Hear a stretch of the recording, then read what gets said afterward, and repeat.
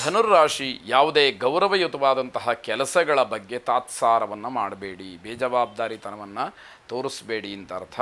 ಹಿರಿಯ ಅಧಿಕಾರಿಗಳಿಂದ ಯಾವುದೋ ವಿಚಾರಕ್ಕೆ ತಿರಸ್ಕಾರ ಆಗಬಹುದು, ಆದರೆ ಅದಕ್ಕೆ ಬೇಸರ ಮಾಡಿಕೊಳ್ಬೇಡಿ. ಯಾವುದೋ ಒಂದು ಸಂದರ್ಭದಲ್ಲಿ ಸಿಟ್ಟಿನಿಂದಲೋ ಇನ್ಯಾವುದೋ ಒಂದು ಒತ್ತಡದಿಂದಲೋ ಹಾಗೆ ಅಂದಿರ್ತಾರೆ ಅಂತ ಹೇಳಿ ಅಂದುಕೊಳ್ಬೇಕೇ ಹೊರತು ನೀವು ಅದನ್ನು ಬಹಳ ಸೀರಿಯಸ್ ಆಗಿ ತಗೊಂಡ್ರಿ ಅಂತಂದರೆ ತೊಂದರೆ ನಿಮಗೆ ಎನ್ನುವಂಥದ್ದು ಅರ್ಥ. ತಾತ್ಕಾಲಿಕವಾದಂತಹ ಹುದ್ದೆಗಳಲ್ಲಿ ಇರ್ತಕ್ಕಂಥವ್ರಿಗೆ ತಕ್ಷಣ ಬದಲಾವಣೆಯ ಸೂಚನೆ ಬರ್ಬೋದು. ಟೆಂಪ್ರವರಿಯಾಗಿ ಕೆಲಸ ಮಾಡ್ತಾ ಇರ್ತಕ್ಕಂಥವ್ರು ಸ್ವಲ್ಪ ತೊಂದರೆಯನ್ನು ಅನುಭವಿಸಬೇಕಾಗತ್ತೆ. ಪುರಸ್ಕಾರ ಮರ್ಯಾದೆಗಳು ಎಲ್ಲವೂ ಕೂಡ ನಿಮ್ಮ ಮಡಿಲಿಗೆ ಬಂದು ಬೀಳ್ತಕ್ಕಂತಹ ದಿವಸ ಅಂತ ಹೇಳಿ ಭಾಸವಾಗುತ್ತೆ.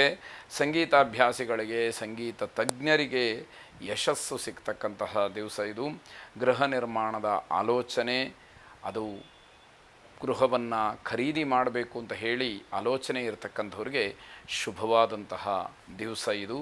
ಇಷ್ಟದೇವತಾ ಪ್ರಾರ್ಥನೆಯನ್ನು ಮಾಡಿ ನಿಮಗೆ ಪೂರಕವಾದಂತಹ ವ್ಯವಸ್ಥೆಯ ಅನುಕೂಲದ ಒಂದು ಬಾಗಿಲು ತೆರೆಕೊಳ್ಳುವಂತಹ ಸಂದರ್ಭ ಶುಭವಾಗಿ.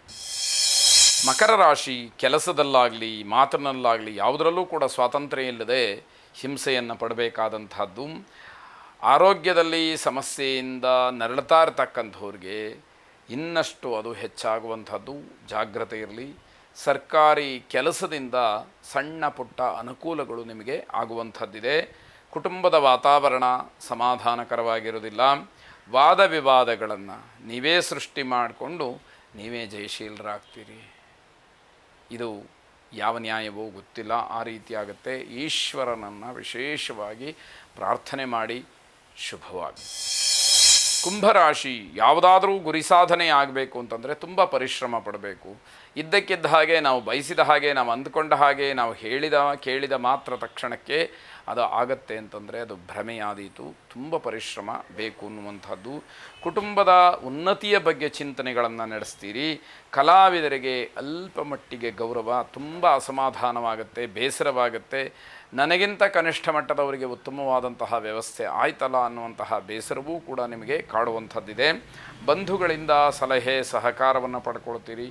ಸೋದರ ಮಾವನ ಆರೋಗ್ಯದಲ್ಲಿ ಅಥವಾ ಸೋದರ ಮಾವನ ವರ್ಗದ ಆರೋಗ್ಯದಲ್ಲಿ ವ್ಯತ್ಯಾಸಗಳು ಆಗ್ತಕ್ಕಂಥದ್ದು, ಅದು ಕೂಡ ಮನಸ್ಸಿಗೆ ಸ್ವಲ್ಪ ಬೇಸರಕ್ಕೆ ಕಾರಣವಾಗುತ್ತೆ.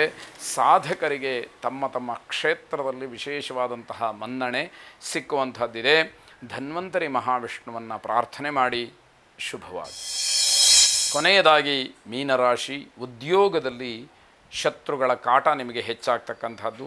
ಮಾನಸಿಕವಾಗಿ ಏನೋ ಒಂದು ರೀತಿಯ ಹಿನ್ನಡೆ, ಶಾರೀರಿಕವಾಗಿ ಯಾವುದೇ ರೀತಿಯ ಬದಲಾವಣೆ ಇಲ್ಲದೇ ಇರತಕ್ಕಂಥದ್ದಾಗತ್ತೆ.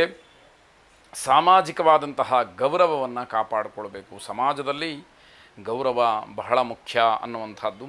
ಪ್ರಭಾವಿ ವ್ಯಕ್ತಿಗಳ ಜೊತೆಯಲ್ಲಿ ಹೆಚ್ಚು ಸಮಯವನ್ನು ಕಳೀಬೇಕಾದಂತಹ ಸಂದರ್ಭ ಬರುತ್ತೆ. ಮಾತಿನಿಂದಲೇ ಜಗಳ ಹೆಚ್ಚಾಗ್ತಕ್ಕಂತಹದ್ದು.